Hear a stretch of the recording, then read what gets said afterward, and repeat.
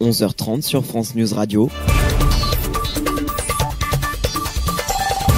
L'information avec Romain Lucas. Bonjour à toutes et à tous, je suis très content de vous retrouver aujourd'hui pour le Flash Info de la mi-journée de ce dimanche 28 mai 2017. La tombe du général de Gaulle à Colombey-les-Deux-Églises a été vandalisée samedi 27 mai par un individu en pleine journée nationale de la résistance sans que le caveau ne soit toutefois touché. Emmanuel Macron, président de la République, affirme avoir appris avec émotion l'acte de vandalisme perpétré contre le tombeau du général de Gaulle à Colombey-les-Deux-Églises. Le chef de l'État affirme qu'il s'est assuré auprès de la préfète de la prompte réparation de la sépulture et que toutes les actions requises en réponse à cet acte seront conduites dans les meilleurs délais. Soirée décidément bien noire pour les supporters des Blancs et Noirs au lendemain de la défaite du SCO d'Angers face au PSG en finale de la Coupe de France. Environ 1200 supporters angevins sont restés bloqués près de 4 heures dans leur train à Sablé-sur-Sarthe en raison d'un problème mécanique. Dimanche 28 mai, ils ont finalement pu arriver à la gare d'Angers vers 7h15 où un déjeuner leur a été offert.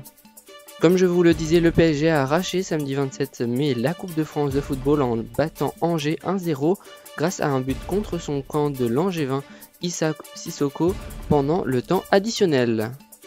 Le long week-end de l'Ascension se termine dimanche 28 mai et les professionnels du tourisme ont le sourire. Les hôtels ont fait le plein, a indiqué à France Info Laurent Duc, le président de l'Union des métiers et de l'industrie de l'hôtellerie. Il va falloir maintenant rentrer pour prendre le travail demain. D'ailleurs, bison futé, voire rouge sur l'ensemble de notre hexagone dans le sens des retours et même noir dans le Grand Est et le nord de la France, toujours dans le sens des retours. Faites donc attention. Enfin, terminons avec un point météo. Cet après-midi, les orages disparaîtront et laisseront place au soleil sur tout notre hexagone, sauf près des frontières belges et luxembourgeoises où de rares averses apparaîtront. Les températures iront de 18 à 33 degrés. Voilà, c'est la fin de ce Flash Info. Merci à toutes et à tous de l'avoir suivi.